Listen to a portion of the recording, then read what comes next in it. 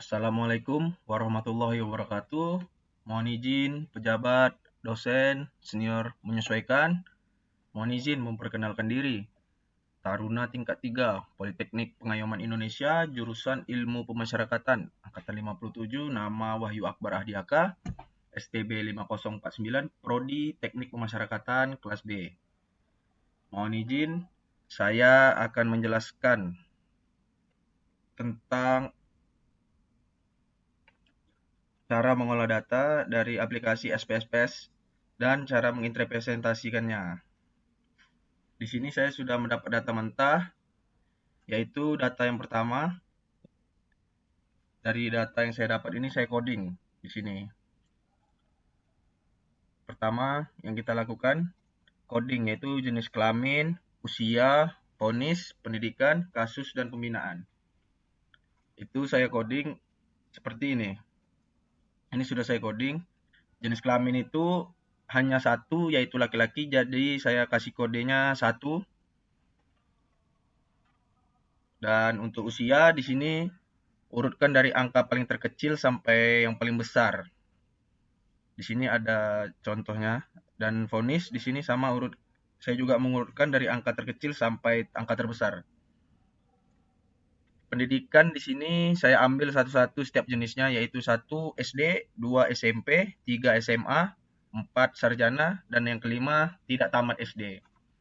Kasus ini juga sama seperti pendidikan. Saya mengurutkannya dengan 1 korupsi, 2 pencurian, 3 narkoba, 4 pembunuhan, 5 perlindungan anak, dan 6 lain-lain. Dan lanjut di sini ada pembinaan. Sama seperti kasus, saya mengurutkan, yaitu 1-nya menjahit, 2 PKBM, 3 peternakan, 4 pertanian, 5 seni, 6 laundry, 7 pramuka, dan 8 kerohanian. Lalu di sini ada nilai X dan nilai Y. Di sini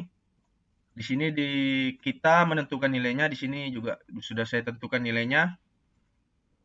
Ini nilai 54. Saya dapatkan dari nilai X1 sampai ke X15 di setiap kolomnya. Cara cepatnya yaitu saya menggunakan sum H4. Cara cepatnya H4.2 V4.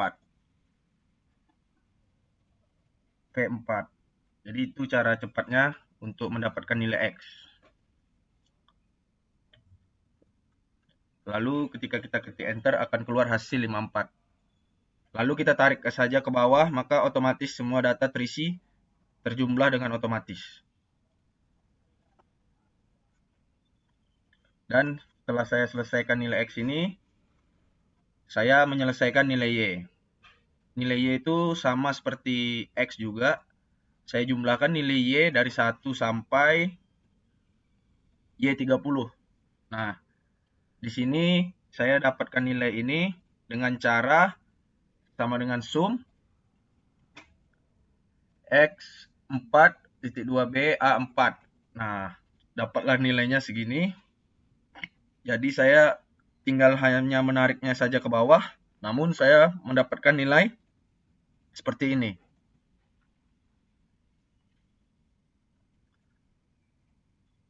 Lalu setelah kita dapatkan nilai X dan Y-nya, kita mengubah angka. Data-data ini kita merubah jadi nilainya seperti ini. Seperti contoh ini. Seperti jenis kelamin, usia, vonis, pendidikan, kasus, pembinaan. Jadi ini jenis kelamin hanya 1, berarti memakai seluruh data ini hanya membuat 1. Namun usia di sini sudah saya kotak-kotakan, angkanya kan berbeda-beda. Di sini sesuai dengan angka-angka di sini. Jadi contoh ini 3, berarti dia tuh range usianya di antara 28 tahun sampai 32 tahun. Dan di sini nomor 6, di sini dilihat nomor 6 dari 43 sampai ke 47 tahun. Dan seterusnya seperti itu ke bawah. Vonis juga seperti itu. Kenapa di sini vonis itu berbeda-beda? Karena di sini vonis sudah di coding ya. Jadi ada nilai-nilainya dari angka 48 sampai 54 itu di angka 1. dan seterusnya sampai ke angka 104 sampai 110 itu di angka nomor 9. Dan di sini ada pendidikan.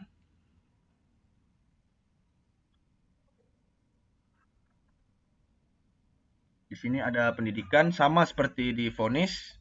Di sini pendidikan ada nomor 1 sama nomor 4. Jadi di sini dapat kita lihat nomor 1 sama nomor 4. Di sini bisa kita lihat pendidikan itu di SD, SMP, SMA. Jadi kenapa dapatnya nomor 1 sampai dengan 5? Dikarenakan saya tarik ke bawah. Dan begitu juga seterusnya. Di sini ada kasus. Di sini ada kasus. Di sini kasus dapat dilihat nomor 1 sampai dengan nomor 6. Di sini ada nomor 1 korupsi, nomor 2 ada pencurian, nomor 3 ada narkoba, nomor 4 pembunuhan, nomor 5 perlindungan anak. Angka 1 di sini pendidikan yaitu SD. Di sini ada 4 kasus dan pembinaan seperti itu juga semuanya. Setelah kita jadikan angka, ini untuk di angka-angka ini nanti kita lanjutkan ke SIPSS. Jadi kita buka aplikasi SPSS dari jenis kelamin, kita copy dari jenis kelamin sampai ke pembinaan. Kita jadikan 1 sampai ke 189. Kita copy datanya. Di sini semua sudah kita copy, mulai dari umur, kasus pembinaan, pendidikan, dan setelah kita copy di sini ya. Setelah kita copy, maka jadinya kita copy ke sini ya di aplikasi SPSS-nya. Bentar, ini saya copy dulu. Tuh dari jenis kelamin kita copy dengan kasus pembinaan, kita copy sampai ke bawah. Kita copy, Ctrl C, teman-teman. Kita pindahkan ke aplikasi SIPSS. Nah, seperti ini. Kita copy. Nah, maka dapatlah di sini.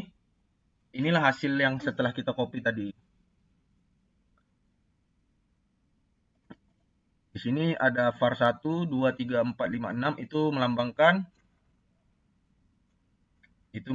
seperti melambangkan jenis kelamin, usia, vonis bulan, pendidikan, kasus, dan pembinaan. Nah, setelah di-copy,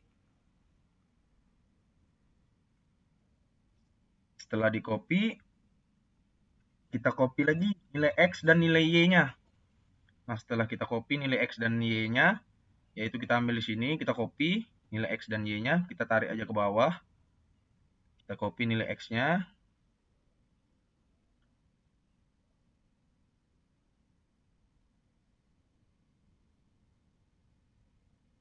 Kita copy nilai X. Kita copy lagi nilai X-nya.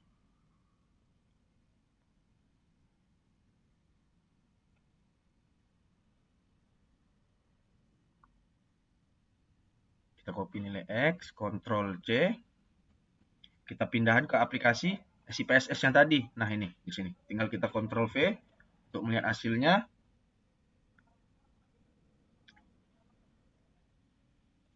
Jadi nilai X tadi sudah kita copy. Jadi kita ke nilai Y lagi yang kita copy, teman-teman. Jadi nilai Y-nya tadi ini kita copy lagi ke bawah. Seperti kita copy nilai X seperti ini. Ctrl C, teman-teman. Kita copy ke var yang ini, baru kita Ctrl V. Tuh ini. Nah, setelah ini kita sudah mendapatkan nilainya. Kita sudah mendapatkan 8 data. kita sudah mendapatkan 8 data. Nah, jadi nanti ketika sudah mendapatkan 8 data, kita sebentar teman. Ketika sudah mendapatkan 8 data, ini kita ketika sudah mendapatkan 8 data, jadi kita ke variable view. Nah, jadi seperti ini. Nah, ketika sudah dapat, tinggal kita rubah aja nih namanya. Tadi namanya tuh nomor 1 ya, teman-teman. Kita buat namanya tuh nomor 1 tadi kita buat jenis kelamin. Ya kan, teman-teman? Jenis kelamin. Di sini ada 1 laki-laki. Jadi kita buat namanya di jenis. Kita buat dia jenis. Jadi kita buat ini jadi DS. Nah, di yang kedua tuh ada usia, berarti tinggal kita US, tinggal kita buat. Dan nomor 3 tuh teman-teman ada vonis ya. Ada vonis, kita persingkat jadi FNS, vonis. Yang keempat yaitu ada pendidikan ya, kita buat PDD. Yang kelima ada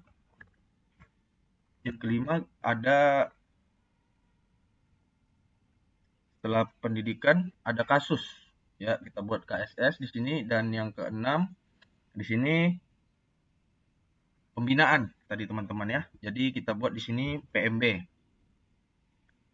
Kita buat di sini pembinaannya PMB. Kita buat. Nah, di sini kita buat nilainya NX, nilai X ya kan teman-teman. Di sini nilai Y. Di sini desimal kita rubah ke jadi 0 semuanya. Desimalnya kita rubah jadi 0. 1 kita rubah jadi 0. Kita rubah jadi 0 ya teman-teman semuanya. Nah, kita rubah jadi 0. Nah, ketika sudah jadi kita rubah jadi 0. Untuk di sini dari jenis kelamin sampai ke nilai Y sudah kita rubah ke desimalnya menjadi nilai 0.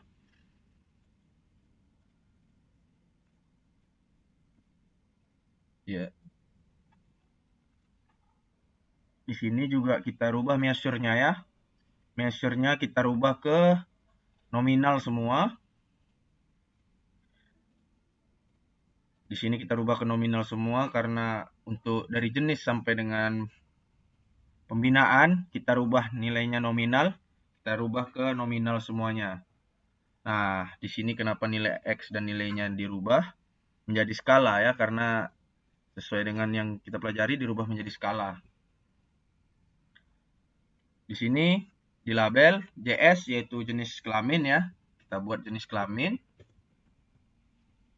Jenis kelamin dibuat US itu usia, yang ketiga itu vonis ya, FNS itu vonis, yang keempat pendidikan, yang keempat itu pembinaan.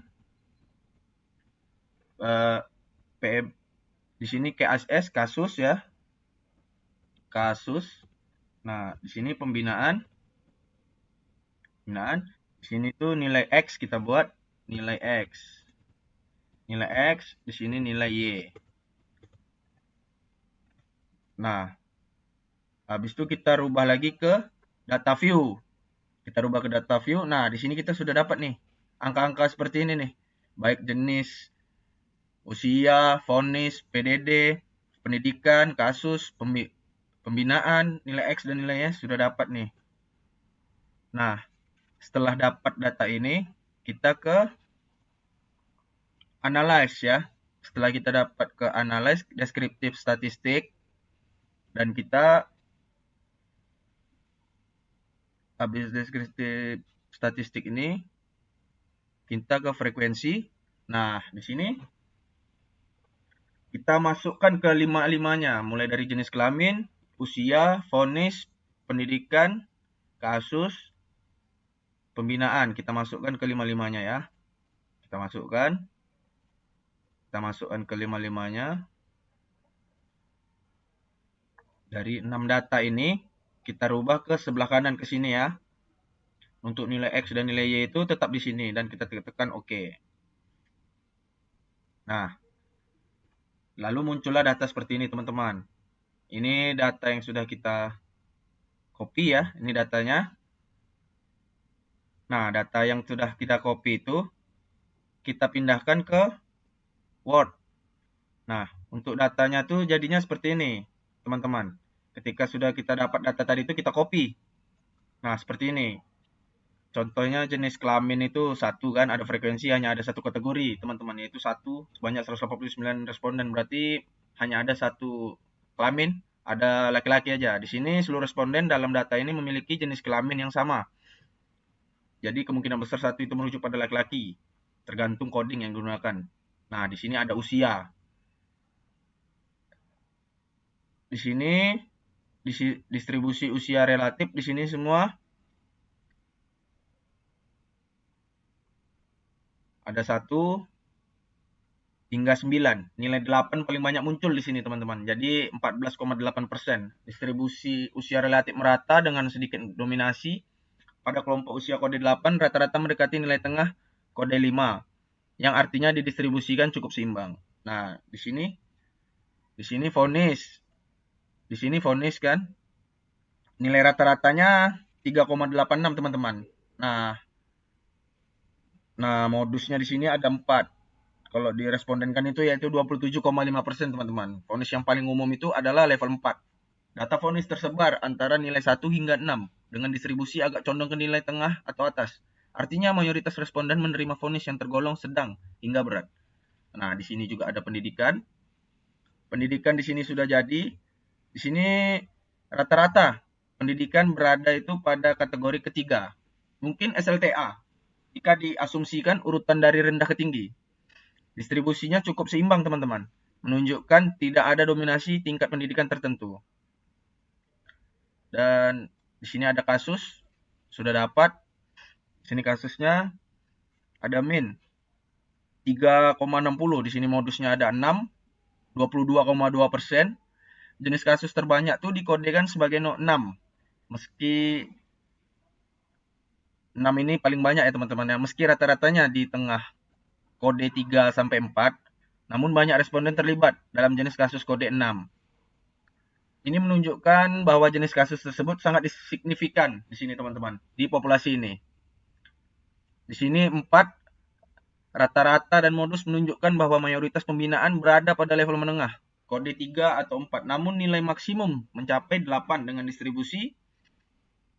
nilai distribusi di sini dapat dilihat dengan nilai distribusi cukup merata, teman-teman ya. Nah, di sini pembinaannya nih di sini ya, teman-teman ya. Lalu turun ke kita balik ke statistiknya. Nah, kita analyze, kita deskriptif statistik, frekuensi. Kita tekan lagi di sini, kita pencet statistik. Nah, kita pencet statistik di situ kita centang sesuai dengan apa yang kita cari tadi, teman-teman. Nah, di sini apa yang kita cari yaitu mean, median, mode, ada standard deviation, variance, dan range. Di sini ada minimum, maksimumnya juga. Nah, ketika sudah tekan ini, kita tekan continue, lalu tekan OK. Nah, hasilnya jadinya seperti ini, teman-teman. Nah, lalu kita pindahkan semua ini. Nanti kita copy nih semuanya, lalu kita pindahkan ke Word yang sudah kita pindahkan. Nah, itu hasilnya itu seperti ini, teman-teman. Nah, ketika sudah dipindahkan dari SPSS tadi menjadi ke Word, jadinya tuh seperti ini. Jadi satu itu jenis kelamin, semua responden N159, laki-lakinya kode 1. Min dan median dan mode semuanya adalah 1. Dan tidak ada variasi atau standar deviasi kosong. Di sini nomor 2, usia. Rata-rata usia berada di kategori ke-5. Kode 5 sama dengan 38 sampai ke 42 tahun. Usia yang paling sering muncul adalah kategori 8, 53 sampai 57 tahun. Terdapat variasi usia yang cukup besar. Range 8, minimal sama dengan 1. Dan max-nya 9. Lalu kita masuk ke SPSS-nya lagi. Kita lanjutkan lagi analyze, regression, kita lanjutkan ke regression, linear. Nah, nilai X di sini, saya letak di independen, nilai X di independen, dan nilai Y saya letak di dependen. Lalu untuk save, kita tekan. Nah, di sini lalu kita centang ini unstandardized. Kita tekan unstandardized. Lalu kita tekan continue. Baru kita tekan OK. Nah, di sini keluar nilai residunya. Ya, ini contoh nilai residunya, yaitu selanjutnya kita ketik analyze, lalu non parametric test kita tekan, baru legacy dialog. Lalu selanjutnya setelah legacy dialog, setelah legacy dialog ini, selanjutnya kita tekan satu sampel KS ini. Di sini ada data residual. Di sini ada data residual ya teman-teman ya. Di sini ada data residual. Kita pindahkan ke kanan, lalu kita tekan OK. Di sini ada data ini. Nah, kalau ini sudah kita copy, yaitu kita pindahkan ke Word yang sudah kita pindahkan tadi, seperti ini contohnya, yaitu berdasarkan tabel ini menjelaskan bahwa hasil uji normalitas yang dilakukan peneliti memperoleh nilai signifikasi atau assumption atau 2TL sebesar 0,057, di mana nilai tersebut sesuai dengan syarat uji normalitas dengan hasil 0,200 besar dari 0,05.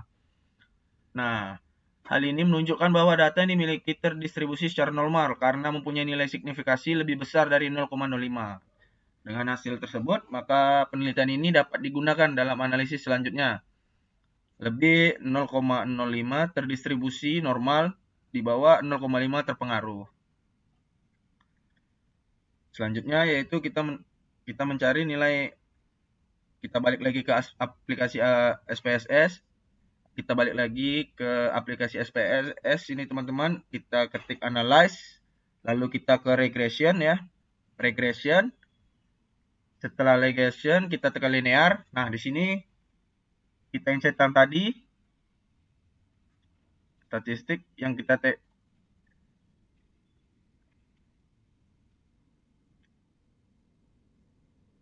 di sini untuk yang kita centang tadi kita matikan, kita continue, lalu klik OK. Di sini ada ANOVA ya, ini ya ANOVA-nya ya teman-teman. ANOVA-nya tuh kita copy teman-teman, lalu kita pindahkan lagi ke Word yang tadi kita buat. Nah, ini dia ANOVA-nya, contoh ANOVA-nya teman-teman. Ini untuk uji signifikasinya ANOVA-nya teman-teman ya. Berdasarkan tabel di atas, maka diperoleh hasil uji signifikasi antara variabel. Data tabel tersebut menunjukkan bahwa tingkat signifikasi kurang dari 0,05. Nah, teman-teman, hasil uji signifikasi yang diketahui bahwa nilai signifikan sebesar 0,001 lebih kecil dibanding 0,05. Yang berarti terdapat pengaruh antara nilai X dan terhadap nilai Y di sini, teman-teman. Nah, di sini setelah itu kita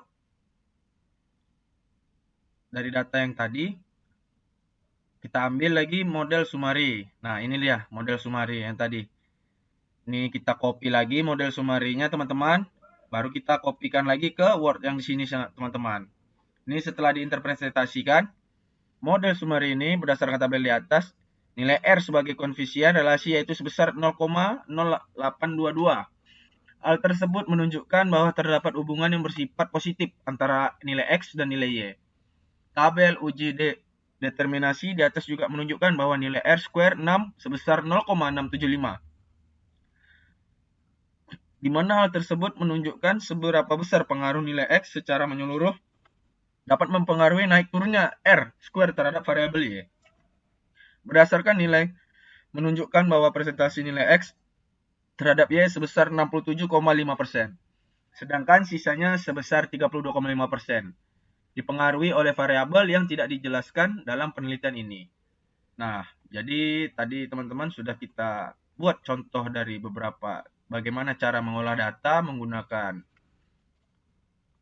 data yang sudah ada, bagaimana cara saya mengcodingnya, dan kurang lebih seperti ini ya teman-teman ya. Ketika sudah dapat hasilnya, kita copy dan kita kirim dan kita letakkan di Word. Mulai dari data, mulai dari usia, jenis kelamin, vonis, pendidikan, kasus, pembinaan, dan mendapatkan statistiknya seperti tadi teman-teman. Lalu kita jabarkan seperti ini. Sekian dari saya untuk melengkapi tugas statistika. Apabila ada kesalahan, saya mohon dimaafkan. Wabillahi taufik walhidayah. Wassalamualaikum warahmatullahi wabarakatuh.